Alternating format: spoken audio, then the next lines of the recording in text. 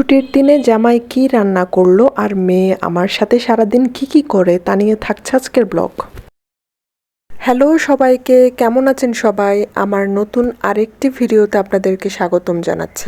আজ শুক্রবার, আমরা তিনজনই ব্রেকফাস্ট শেষ করে নিজেদের মতো কিছুক্ষণ সময় কাটিয়ে তারপর জামাইকে বললাম তুমি রান্নাটা শেষ করে নাও দুপুরের, আর আমি অন্যান্য কাজগুলো শেষ করে নিচ্ছি। এর মধ্যেই থাকে মেয়েকে স্নান করানো, মেয়ের কাপড় চোপড়গুলো ধুয়ে দেওয়া, সকালে যে কাপড়গুলো ধুয়ে দিয়েছিলাম সেগুলো আবার ছাদ থেকে নিয়ে আসা, ঘর গুছিয়ে রাখা, কারণ এর পরের দিন আমরা আবার চট্টগ্রাম শহরে চলে যাচ্ছি। তো আসলে অনেকগুলো কাজ থেকে যায় বাসার মধ্যে, যেগুলো আসলে একজনের হাতে করা সম্ভব হয়ে ওঠে না। এখন যদি আমি রান্না করতে যাই তাহলে আমার এই কাজগুলো আর করা হবে না, সেগুলো করতে করতে আবার রাত হয়ে যাবে। তাই জামাইকে বললাম তুমি রান্না করো আর আমি আমার কাজগুলো শেষ করছি।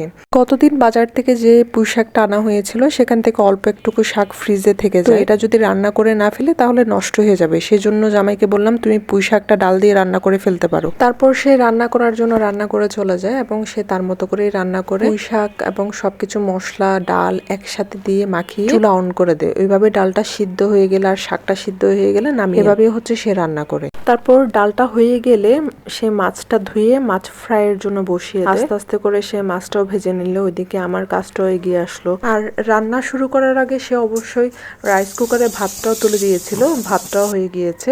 রান্না করার মাঝপথে জামাই বলল জামাইয়ের নাকি মরিচ ভর্তা খেতে ইচ্ছে করছে। তারপর বললাম ঠিক আছে, তুমি এখন মেয়ের কাছে যাও, বাকি রান্নাটা আমি শেষ করে নিচ্ছি। আমাদের জন্য তেলাপিয়া মাছ ভাজি করলে মেয়ের জন্য রুই মাছের একটু পেটি ভাজি করছিলাম, আর রুই মাছের ডিমটা নামিয়ে নিয়েছি, সেটা তাকে একটু ভাজি করে দিব।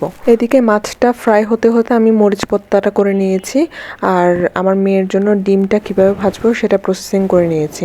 মাছটা নামানো হয়ে গেলে ডিমটা ভাজি করার জন্য আমি বসিয়ে দিয়েছি। রুই মাছের ডিমগুলো একটু লবণ আর হলুদ মাখিয়ে এভাবে একটু তেলে ভেজে নিই, আমার মেয়েকে খাওয়ার সময় হাতে দিই, সে খুব মজা করে খায় এবং খুব পছন্দ করে। এদিকে আমাকে সাহায্য করার জন্য আমার মেয়ে অলরেডি রান্না করে চলে এসেছে। দেখুন কত সুন্দর করে আমার মেয়ে আমাকে সাহায্য করা শুরু করেছে, র্যাক থেকে সব জিনিসপত্র নামিয়ে নিচ্ছে, তারপর আমার দিকে একটু একটু করে তাকায় যে আমি যদি হাসি তখন কাজ করার গতি আরো বেড়ে যায়। তারপর রান্না শেষ করে আমরা তিনজন খেয়ে নিলাম, খেয়ে কিছুক্ষণ রেস্ট নিয়ে সন্ধ্যার দিকে এখন আবার ব্যাগটা গোছাতে হবে। মেয়েকে তার বাবার কাছে রেখে আমি বেডরুমে আমার আলমারি থেকে কাপড় চোপড়গুলো বাহির করে নিচ্ছিলাম।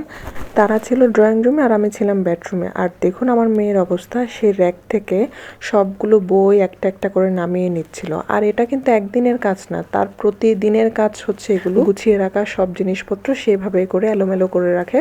আবার সে যখন ঘুমিয়ে যায় তখন আমি এসে আবার গুছিয়ে রাখি, পরের দিন সকাল উঠে আবার সে এলোমেলো করে রাখে। আর এগুলোই তো বাচ্চাদের নিয়ম। তারপর সবগুলো বই নামানো হয়ে গেলে হঠাৎ মেয়ের মনে পড়ে যে মেয়ের মা কোথায়। সে মা মা করে ডাকতে ডাকতে আবার বেডরুমে চলে এসেছে।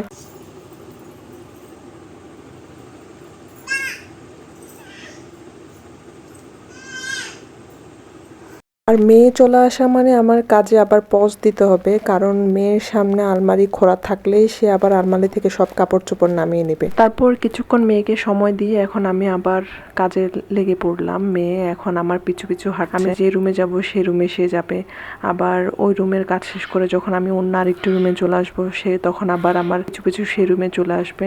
এভাবেই করে আমার মেয়ের সাথে সাথে আমার কাজগুলো শেষ করতে হচ্ছিল। মেয়ে যখন আবার আমাকে দেখতে পেল না, ঠিক তখন আবার ডাকা শুরু করেছে, যে আমি তার ডাকে সায় দিলাম, সে আবার রিপিট করছিল।